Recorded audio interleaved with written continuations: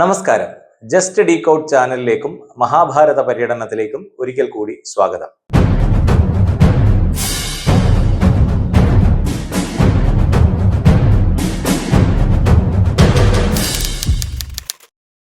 പാണ്ഡവർ ഏകചക്ര എന്ന നഗരത്തിലെത്തിയ കഥയാണ് കഴിഞ്ഞ എപ്പിസോഡുകളിൽ പറഞ്ഞു നിർത്തിയത്.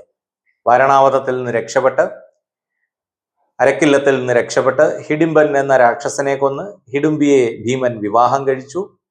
പിന്നീട് ഘടോൽക്കചൻ എന്ന പുത്രൻ ഉണ്ടാകുന്നു. അതിനുശേഷം ഏകചക്ര എന്ന ഗ്രാമത്തിലെത്തി താമസിക്കുന്നു. അവിടെ വെച്ച് ബകൻ എന്ന രാക്ഷസനെ ഭീമൻ കൊല്ലുന്നു.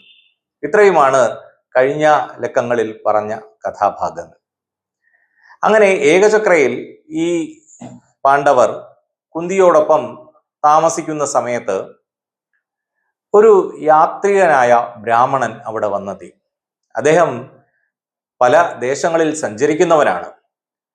അങ്ങനെ സഞ്ചരിച്ച് പല കഥകൾ പറഞ്ഞ കൂട്ടത്തിൽ അദ്ദേഹം പാഞ്ചാല രാജ്യത്തെ ദ്രുപദന്റെ മകളെ കുറിച്ച് പറഞ്ഞു. കൃഷ്ണ എന്ന സുന്ദരി, ആ സുന്ദരിയുടെ വിവാഹമാണ് നടക്കാൻ പോകുന്നത്. ആ സുന്ദരിക്ക് ഒരു വിശേഷണമുണ്ട്.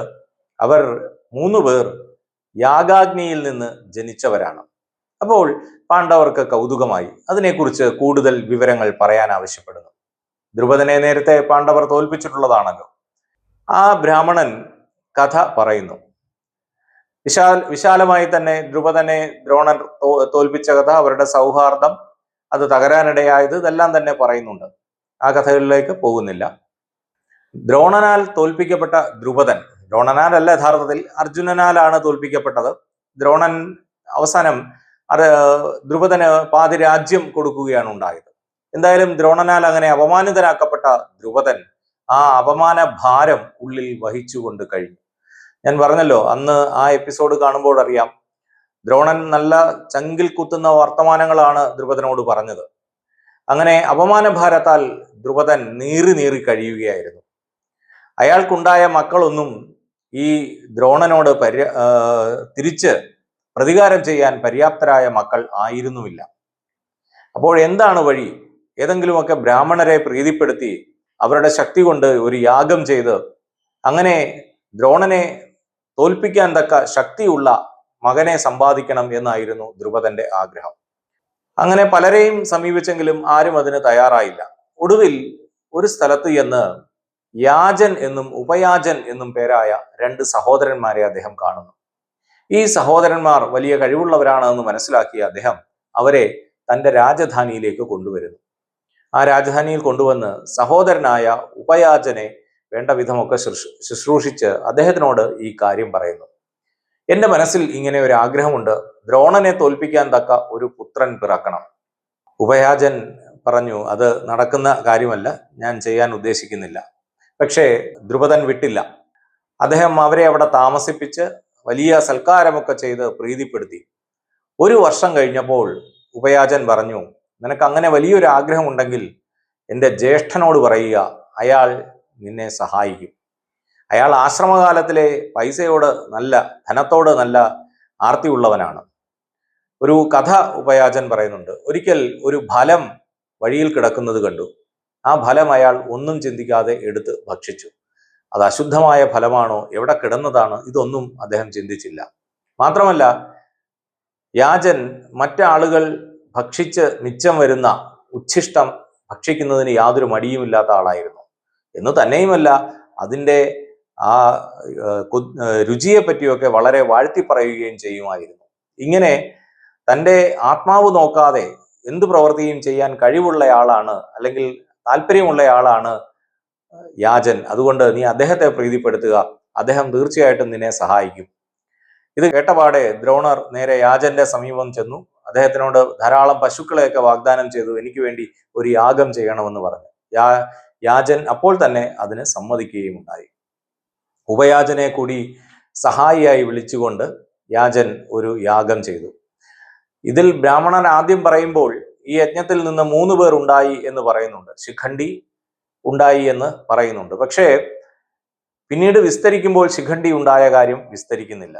ഏതായാലും അങ്ങനെ യാഗം ചെയ്തു. യാഗത്തിൽ ഹവിസ് അർപ്പിച്ചപ്പോൾ അതിൽ നിന്ന് 3 പേർ ഉണ്ടായി. ആദ്യമുണ്ടായത് ശിഖണ്ഡിയാണ്. രണ്ടാമത് ഉണ്ടായത് ധൃഷ്ടദ്യുമ്നൻ, വളരെ ശക്തനും ജന്മനാ തന്നെ ആഭരണങ്ങളൊക്കെ കൂടിയ ഭൂഷകളോട് കൂടിയവനുമായിരുന്നു, ജ്വലിക്കുന്ന ഭൂഷകൾ. അതുകൊണ്ടാണ്, വലിയ ശക്തനും ജ്വലിക്കുന്ന ഭൂഷകളും ഉള്ളത് കൊണ്ടാണ് ധൃഷ്ടദ്യുമ്നൻ എന്ന പേര് അയാൾക്ക് ലഭിച്ചത്. പിന്നീടാണ് പാഞ്ചാലി ഉണ്ടാകുന്നത്. പാഞ്ചാലിയുടെ പേര് കൃഷ്ണ എന്നായിരുന്നു. വളരെ സുഗന്ധമുള്ള കറുത്ത മുടികളുള്ള, കരിങ്കൂവള പൂക്കൾ പോലെയുള്ള കണ്ണുകളുള്ള, നീലോൽപ്പലത്തിന്റെ മണം, ഏതാണ്ട് 1 യോജന ദൂരെ നീലോൽപ്പലത്തിന്റെ, കരിങ്കൂവളപ്പൂവിന്റെ മണം അടിക്കുന്ന അല്ലെങ്കിൽ ആ ഗന്ധമുള്ള അതിസുന്ദരിയായ കൃഷ്ണയെ വർണ്ണിച്ചു. ഇത് കേട്ടപ്പോൾ പാണ്ഡവർക്കൊക്കെ ഇരിക്കപ്പൊറുതിയില്ലാതായി. ഇത്രയും സുന്ദരിയായ ഒരു യുവതിയാണോ കൃഷ്ണ? എങ്കിൽ തീർച്ചയായിട്ടും അവളെ കാണണം, പറ്റുകയാണെങ്കിൽ അവളെ സ്വയംവരം ചെയ്യണം എന്ന ചിന്ത അവരുടെ മനസ്സിൽ ഉണ്ടായി. ഇങ്ങനെ കൃഷ്ണയുടെ ചരിത്രം അറിഞ്ഞ് വളരെ ഒരു പ്രത്യേക മാനസികാവസ്ഥയിലിരിക്കുന്ന പാണ്ഡവരുടെ അവസ്ഥ കുന്തിക്കും മനസ്സിലായി. കുന്തി പറഞ്ഞു, അങ്ങനെയാണെങ്കിൽ നമ്മൾ ഇവിടെ നിന്ന് നേരെ പാഞ്ചാല രാജ്യത്തേക്ക് യാത്രയാകാം. ഏതായാലും ഇവിടെ കുറെ നാളായല്ലോ കഴിയുന്നു. മാത്രമല്ല ഇവിടെ ഇനി ഭിക്ഷ ലഭിക്കുന്നതും കുറവായിരിക്കും. അതുകൊണ്ട് തീർച്ചയായിട്ടും നമുക്ക് പാഞ്ചാല രാജ്യത്തിലേക്ക് യാത്രയാകാം എന്ന് കുന്തി പറയുന്നു. അങ്ങനെ അവർ പാഞ്ചാല രാജ്യത്തിലേക്ക് നടന്ന് പോകുന്നു. വഴിയിൽ വെച്ച് ഒരു ഗന്ധർവനുമായി ഏറ്റുമുട്ടൽ ഉണ്ടാവുന്നു. ചിത്രരഥൻ എന്നു പേരായ ഗന്ധർവനോട് ഏറ്റുമുട്ടേണ്ടി വരുന്നു. അയാൾ അവിടെ കുളിച്ചുകൊണ്ട് നിൽക്കുകയായിരുന്നു ഗംഗാനദിയിൽ. ആ സമയത്താണ് പാണ്ഡവർ അതുവഴി പോയത്. അതുകൊണ്ട് ചിത്രരഥൻ പാണ്ഡവരോട് കയർക്കുന്നു, നിങ്ങൾ എന്താണ് ഈ അസമയത്ത് ഇതുവഴി സഞ്ചരിക്കുന്നത്? ഈ അസമയമായിട്ടുള്ള സന്ധ്യാസമയത്ത് ഇത് യക്ഷന്മാരുടെയും കിന്നരന്മാരുടെയും ഒക്കെ സമയമാണ്, മനുഷ്യർക്ക് ഈ സമയം സഞ്ചരിച്ചുകൂടാ. അപ്പോൾ അർജുനൻ പറയുന്നു, ഗംഗാനദി പൊതുവിൽ എല്ലാവർക്കും ഉള്ളതാണ്. അങ്ങനെയുള്ള സ്ഥലത്ത് വരുന്നതിന് സമയമൊന്നും നോക്കേണ്ടതില്ല.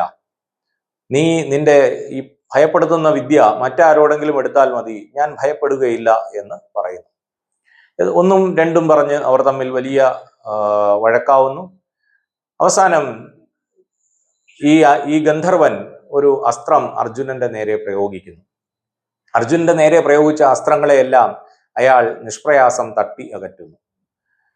ക്രുദ്ധനായ അർജുനൻ ആഗ്നേയാസ്ത്രം ഈ ഗന്ധർവന് നേരെ പ്രയോഗിക്കുന്നു. അയാളുടെ തേരും എല്ലാം വെന്ത് വെണ്ണീറാകുന്നു. ചിത്രരഥം എന്നായിരുന്നു ആ തേരിന്റെ പേര്. ചിത്രരഥമുള്ളത് കൊണ്ടാണ് അയാൾ ചിത്രരഥൻ എന്ന് അറിയപ്പെട്ടത്. ആ തേര് വെന്ത് വെണ്ണീറാകുന്നു. അയാളുടെ അഹങ്കാരം ശമിക്കുന്നു. അയാൾ അർജുനനും പാണ്ഡവർക്കും ധാരാളം സമ്മാനങ്ങൾ വാഗ്ദാനം ചെയ്യുന്നു. പക്ഷേ അങ്ങനെയുള്ള സമ്മാനങ്ങൾ അർജുനൻ സ്വീകരിക്കാൻ കൂട്ടാക്കുന്നില്ല.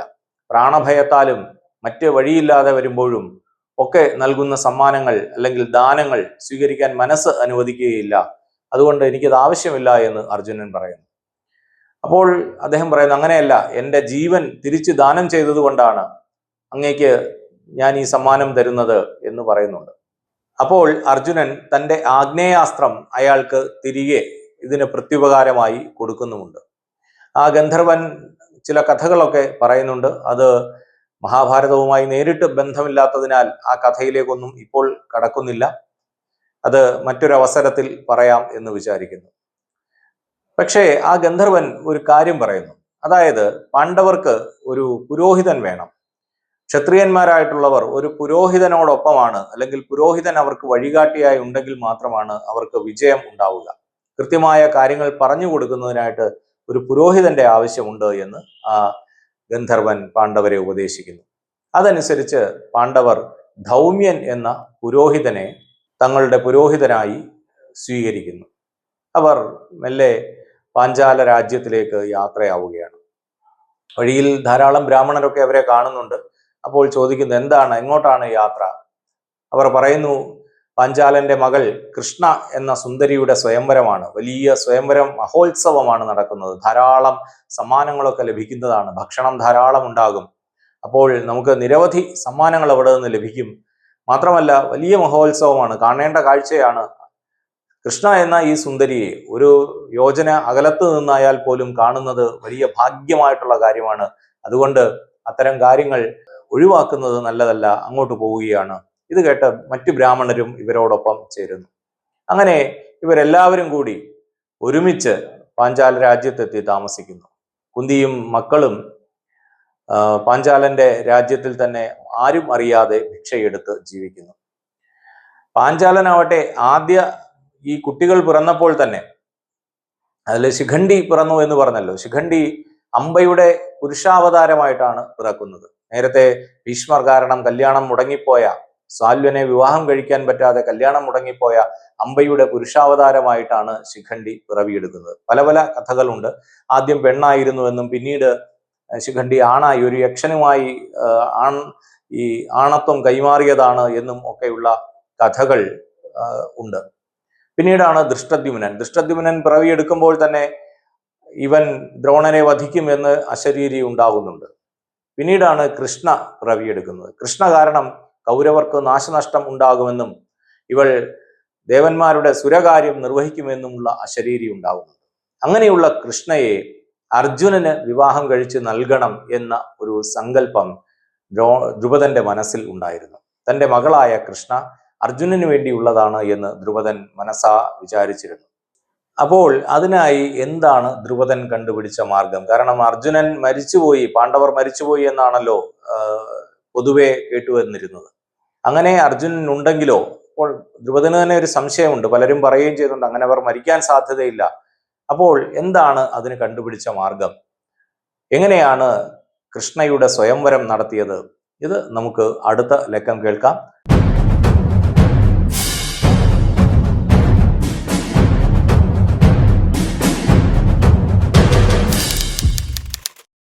എല്ലാവരും ഈ ചാനൽ സബ്സ്ക്രൈബ് ചെയ്യാൻ അഭ്യർത്ഥിക്കുന്നു. നമസ്കാരം.